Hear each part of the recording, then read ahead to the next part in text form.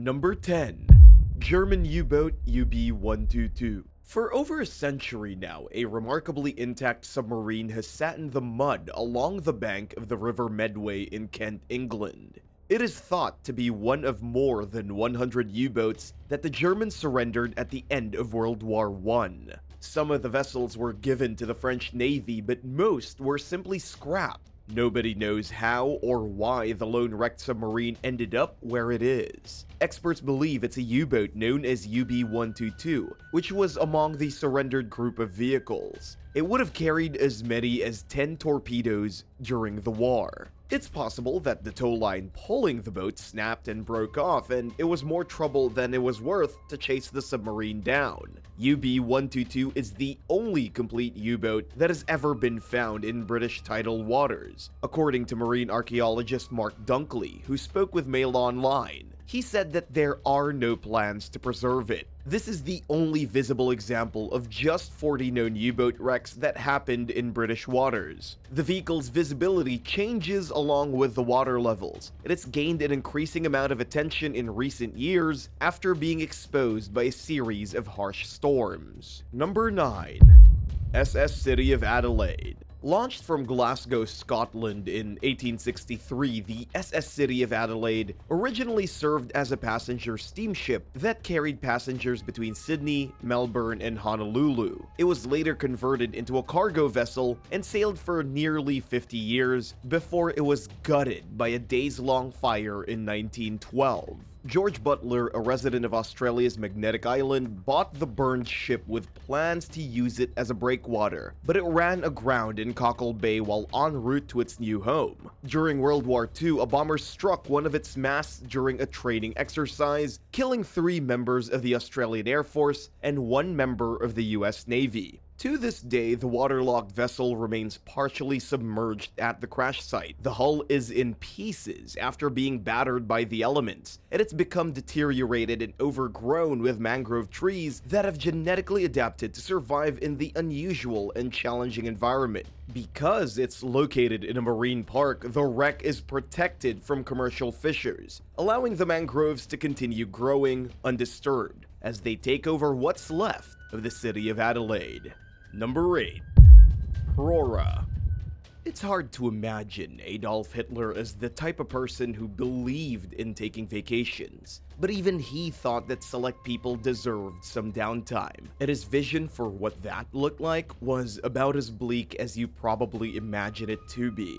During the late 1930s, Hitler commissioned the construction of 8 identical buildings along the coast of Germany's Rügen Island. Known as Poro, the resort complex occupied a 3-mile stretch of the shoreline. According to the plans, each room would have a view of the Baltic Sea. Staircases, hallways, and other amenities would be on the land-facing side of the buildings. Each room would have a few beds, a sink, and an armoire, and there would be several shared bathrooms on each floor. The no-frills resort was meant to be efficient and cost-effective, so that average German workers could afford to spend their time off there. Poro was one of several designated vacation sites that the Nazi leisure organization planned through its efforts to provide common people with places to go on holiday. Little did the public know, however, that Hitler also had secret plans to use these properties as fallback military installations if the need ever arose. But the dictator's vision for Poro was never fully realized. Construction ground to a screeching halt when the war began in 1939, leaving the resort and its 10,000 rooms empty and unfinished.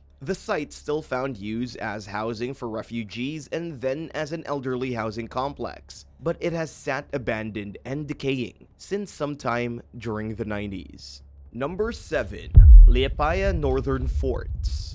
There's a curious collection of long-abandoned, crumbling concrete bunkers dotting Latvia's western coast. Built during the 19th and 20th centuries under Tsarist Russian rule, these decaying structures once surrounded the entire coastal city of Liepaja and were part of its central fortress. According to Latvia's official travel website, the buildings were abandoned in 1908, barely a decade after they were finished being built, after being deemed a strategic mistake. Attempts to demolish the structures with explosives were only partially successful. The ruins that survived the blast remain in place today, but the encroaching Baltic Sea appears to be completing the unfinished demolition work as it takes an ever-present toll on the remaining bunkers. Some of the forts have collapsed and some are still standing, at least for now.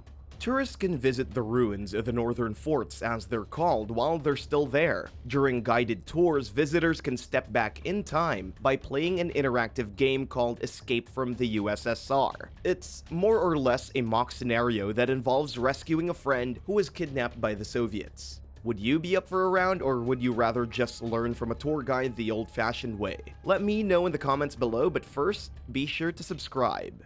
Number 6. The Bay of Abandoned Hotels. Along the Adriatic coastline near the Croatian seaside town of Kupari, there's a handful of 5 derelict hotels that have been reclaimed by nature. Nicknamed the Bay of Hotels, they were built during the 1960s, when the region was part of Yugoslavia. Altogether, the upscale hotels could accommodate up to 1,600 guests, and there was a nearby campground with room for up to 4,000 people, as well as numerous private villas. The resort was paid for mostly with military funding, and as its popularity grew, it became increasingly difficult for ordinary people to book a room. Soon enough, the property gained a reputation as an exclusive place for the military elite. When Croatia declared independence from Yugoslavia in 1991, things changed drastically throughout the region. During the war that followed, Croatian soldiers took up residence at the hotels. Yugoslavian forces proceeded to destroy the resort that they had built over a several-week period, and burning the hotels in a bid to drive out the Croatians.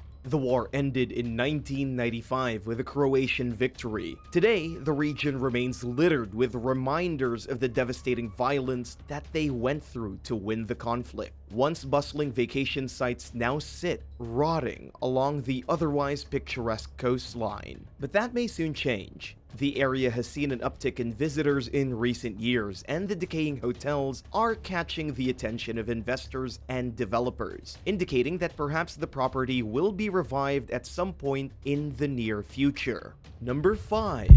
SV Karl.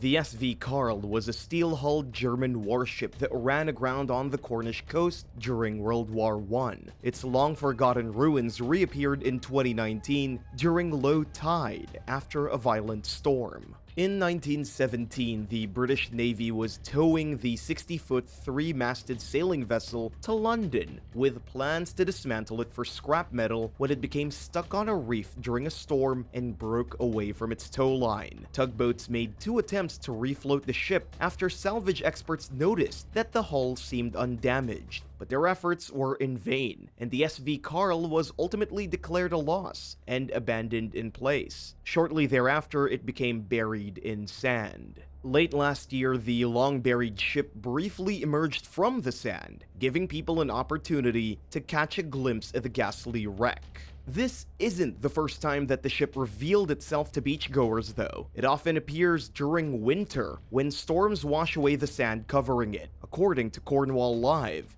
But the vessel is never exposed for long before the sands wash back over it, reconcealing it. The sand has helped to preserve the SV Karl, which is in surprisingly good shape for its age. It is just one of an estimated 6,000 shipwrecks along the 250-mile Cornish coastline. Number 4. Flamenco Beach Tanks. There's a rather large collection of rusting, graffiti-covered World War II-era tanks dotting the beach along Puerto Rico's Culebra Island. These decaying military vehicles look strangely out of place against the backdrop of white sand and the turquoise Caribbean Sea. The American military began using Culebra Island in 1901, after Spain ceded Puerto Rico to the US at the end of the Spanish-American War. That same year, then-President Theodore Roosevelt gave the public parts of the island to the Navy. No official base was ever established there, but the military nevertheless carried out bombing and other weapons practice on the island for decades. At one point, the military tried to evict the local population from Culebra, but residents fought back by peacefully protesting the Navy's occupation of their home, and they didn't stop until their voices were heard. The military eventually conceded and agreed to leave Culebra Island. By 1975, there were few remaining signs of its former presence. Navy personnel removed the smaller pieces of equipment that had been left behind, but the tanks are still there today, dotting the shoreline as they rot in the salty sea breeze. Number 3. Douglas DC-3. If you walk along Iceland's Solheimasandur beach, you'll see the remains of a deteriorating World War II-era Douglas DC-3 military plane. It has sat rusting in the volcanic black sand ever since it crashed there in 1973 for reasons that remain unknown to this day. Everyone survived when the aircraft went down while being flown by US Navy pilots, but nobody could explain exactly what happened. Investigators suspected that an empty fuel tank could be the culprit, and that the pilot might have tried to access the tank before the crew realized that their only choice was to make an emergency landing. The wreck was simply left at the crash site, where it remains today. A significant portion of the fuselage is gone, the wings are gone, and only half the tail is still there. The aircraft is in surprisingly good shape despite being extensively damaged, especially after sitting on the beach for nearly 50 years, where conditions are known to be harsh. According to local legend, a farmer removed and sold the tail's missing portion, but that rumor has never been proven or disproven. Number 2. Lunekranoplan. Nicknamed the Caspian Sea Monster, the Lun-class Ekranoplan was a ground effect vehicle, which means that it flew close to the ground or water while its wings generated lift and reduced aerodynamic drag. The only vehicle that was ever completed, known as the MD-160, was designed in 1975 and served under the Soviet and Russian navies from 1987 until sometime during the late 90s. It glided along just 13 feet above the water surface at a maximum cruising speed of around 340 miles per hour. The aircraft carried 6 missile launchers arranged in pairs of 2 and was equipped for anti-surface warfare. Because it had no chassis, the Ekranoplan was unable to travel on shore. Instead, it was stored on a floating dry dock that was built specifically for it. The dock was towed out into the bay and sunk into the water, leaving the plane floating and ready to power up and go. Capable of remaining self-sufficient for up to 5 days, the Ekranoplan was the world's heaviest aircraft when it was in service. Today, the only completed vehicle sits on a beach along the Caspian Sea in Diyarbakir, Russia, where it's been since 2020. Number 1. SS Palo Alto.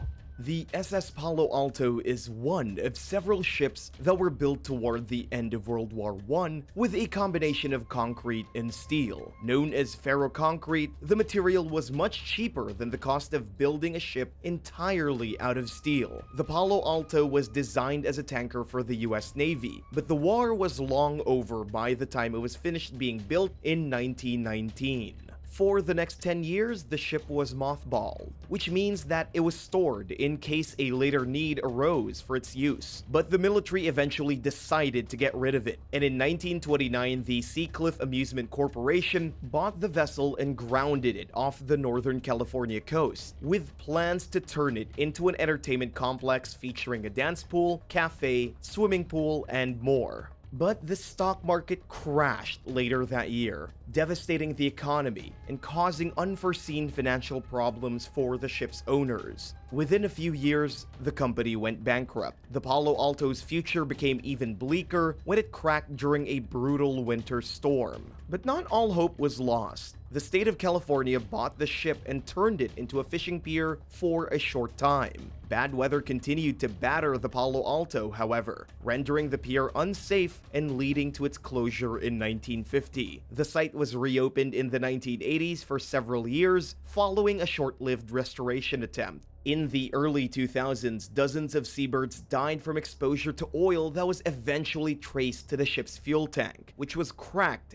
and leaking. The pollution wreaked havoc on the environment, killing hundreds of birds and harbor seals and leading to a $1.7 million cleanup effort. The Palo Alto was reopened yet again in 2016 for a brief period, but the vessel ultimately lost its decades-long battle against Mother Nature, and it remains closed to the public to this day. In 2017, record-breaking 34-foot storm waves broke the ship in half. It now sits in 4 pieces, and any hope of restoring it has been lost. Thanks for watching. Which one of these discoveries fascinated you the most? Let us know in the comments and don't forget to subscribe. See you next time. Bye!